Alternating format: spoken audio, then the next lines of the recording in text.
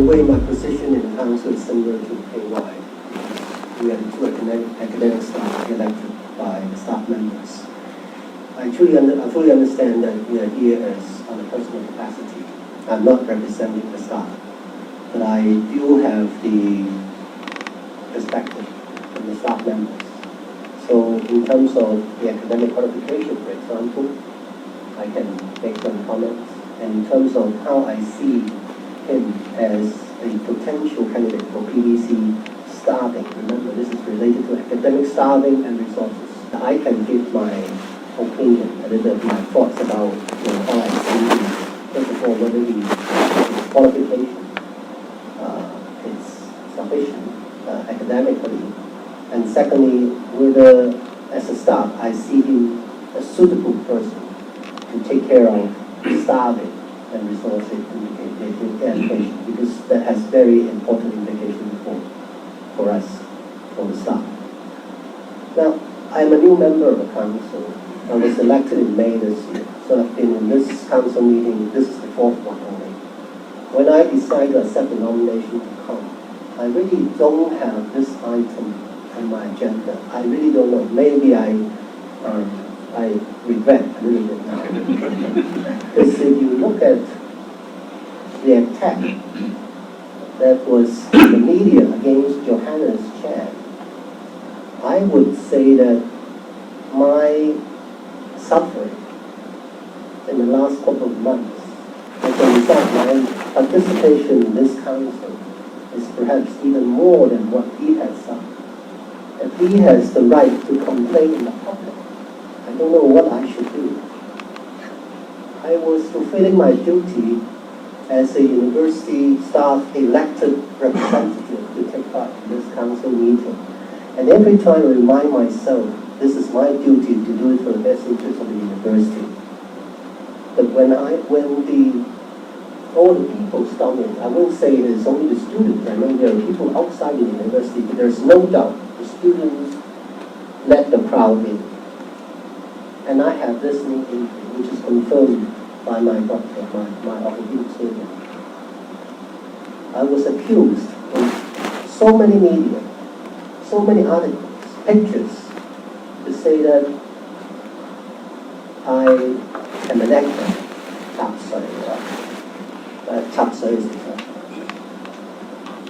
I really feel very bad.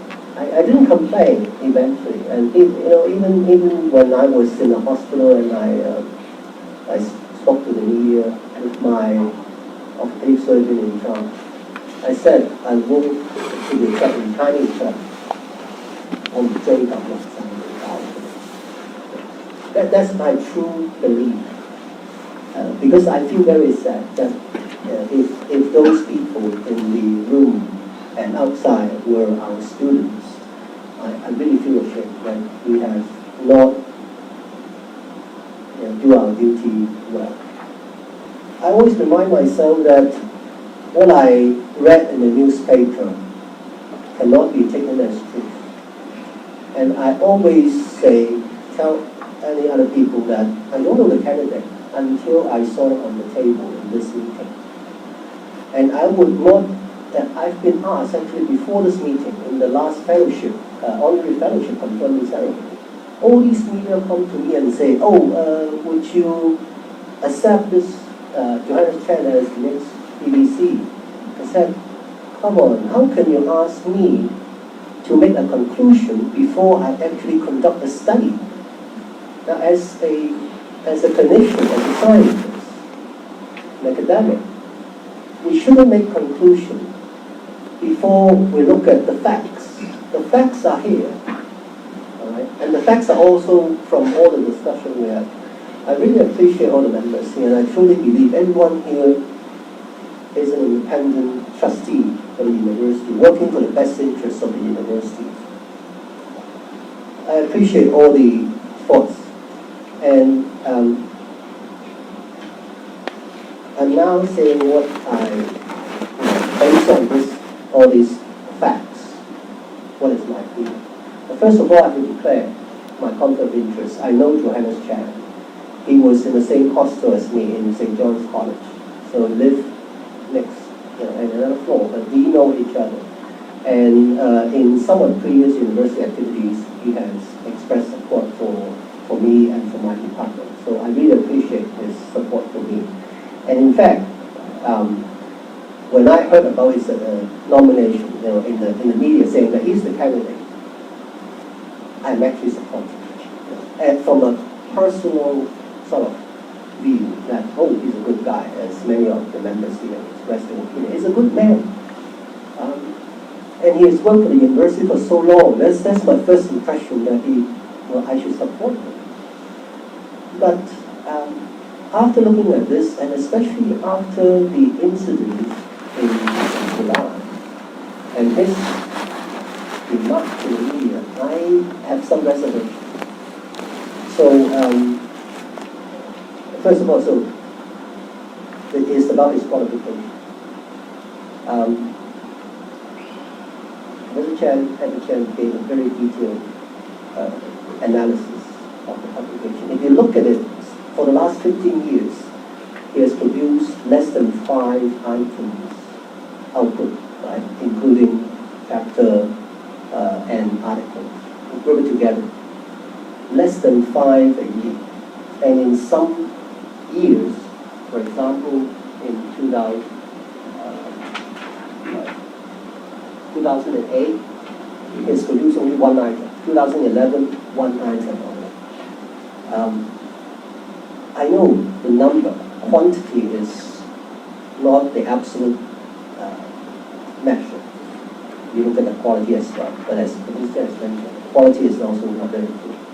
If I have even an assistant professor with this kind of output, I would be very concerned. I would really say, hey, how can you reach the bar for promotion? We know now within the university we have a very strict criteria, 4+4 in the clinical, 3+3 for non-clinical. For promotion, either up or out, from an assistant professor to an associate professor. And if my assistant professor gives me a CV which is 1 output per year, I would say you are in trouble. In 6 years or in 8 years' time, how many publications would you have in your CV? You can't reach that bar. And I agree with Haywire that with the university, the USDC, Haywire is the member, he will not be able to make it a case for promotion because of that. But I doubt whether the same applies to the law faculty. I believe it should. You still have the same sort of stringent criteria. Professor Chan is actually the best person in here as an academic to look at this. So I with this on the table, I start to question whether he really has the academic qualification to take up this position, especially when he will be looking at staffing. He will be looking at promotion. I mean, if you are not a PhD yourself, how can you supervise a PhD? The same is, if you are not academically of certain standard, how can you say, hey, you don't need to send it?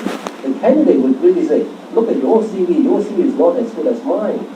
How can you turn down an application if you don't have the kind of quality? So this is my feeling when I saw the CV and as regarding the quality and whether he qualified as a PVC. Perhaps the VC may not be aware of this, but certainly I think what Mr. Chan mentioned just now would, I hope, as the search committee chairman, you would consider whether, you said just now that you are not aware of this, and you just take it for granted that since he's promoted to a professor, since he's appointed as the dean, he must qualify. I don't think that assumption is correct. There were 4 academic members on the search committee. Myself, I'm also qualified to make academic judgments. I've got a lot of experience of making those judgments. There were 3 other academic members of the committee, so there were 4 people, 3 of whom were not here to represent their views. So my job as the chair of the search committee is to represent those views, which I've done in the paper. So academic credentials were considered and were considered suitable.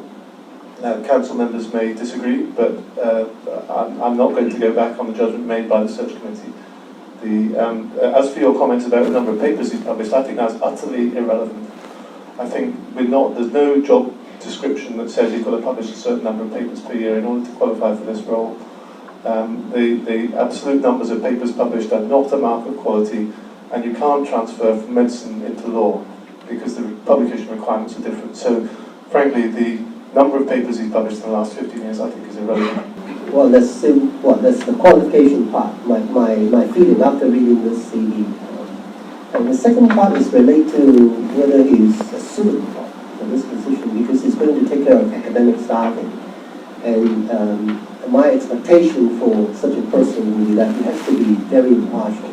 I do have a problem with political opinion, right? You apply it to your political meetings or whatever. I do have many staff who take part in the Occupy Central, yellow, they're sort of yellow. And I've expressed my position, my opinion that I am not supportive of Occupy Central. But I don't have a problem in the hospital, because they work in the hospital, political opinion does not affect their clinical service, and never, change their duty just because they support Occupy Central. All right? So it should not affect your work within the university or the hospital.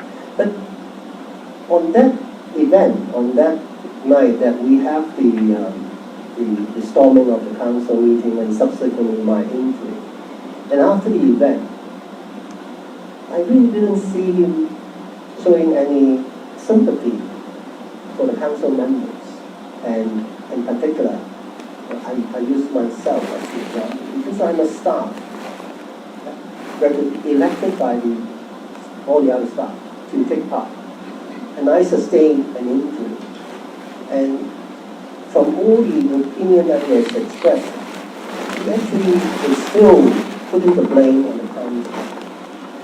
He has never. I'm not saying that I need his sympathy, but as a staff, I really think if you are a PBC staffing, and if a staff member sustains an injury during an event like this, should you just keep on saying it's the council's fault? That means it's my fault as well.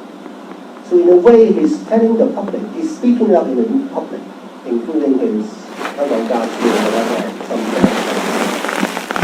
that the fault remains with the council.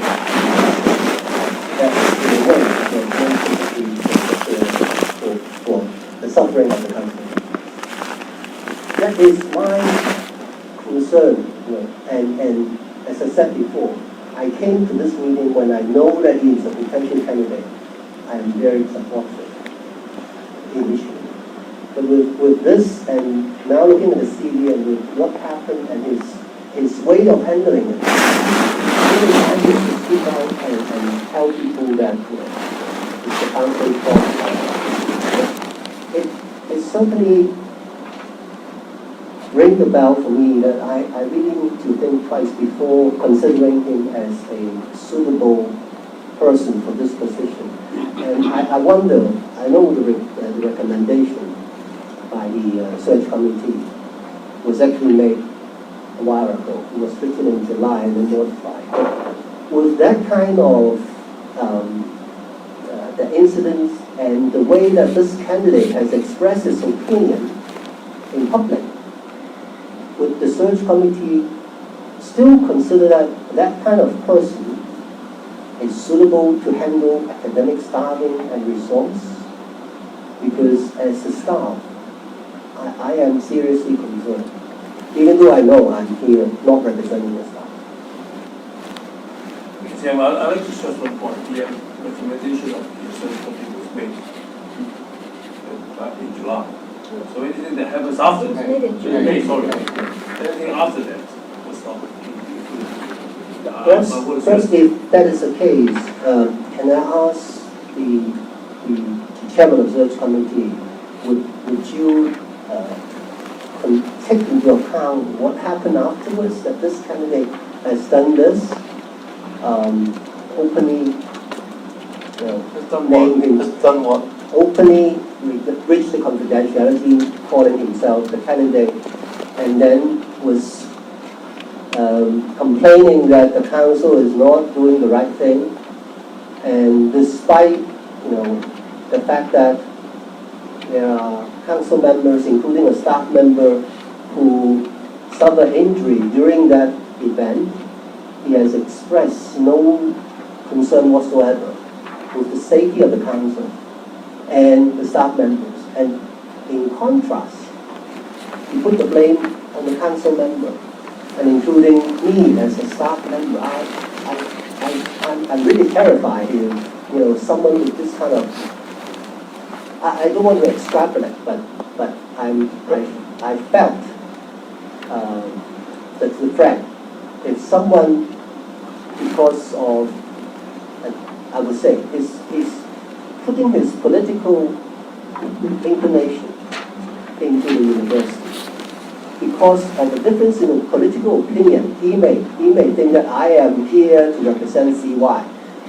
I can tell you after nothing, I'm not a Leung Fan. I came in with the support from the staff members. I've never talked to CY, and CY has never talked to me about this.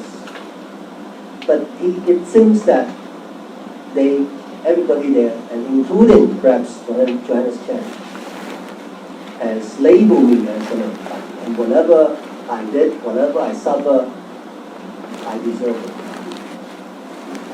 So my comment on that is I think you're taking things very personally, and I think we should keep things to factual discussions about the post and the candidate. There was no requirement in the job description for the candidate to express sympathy or otherwise for anybody that's injured. I think you're putting post the event facts into this particular context. So I can't speak for the search committee because the search committee hasn't met since the 27th of May. I can only speak as a council member.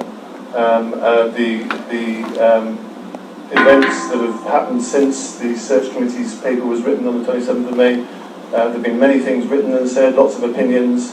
I'd prefer to stick to the facts. And the facts that the committee had to consider were the qualification and suitability for the post.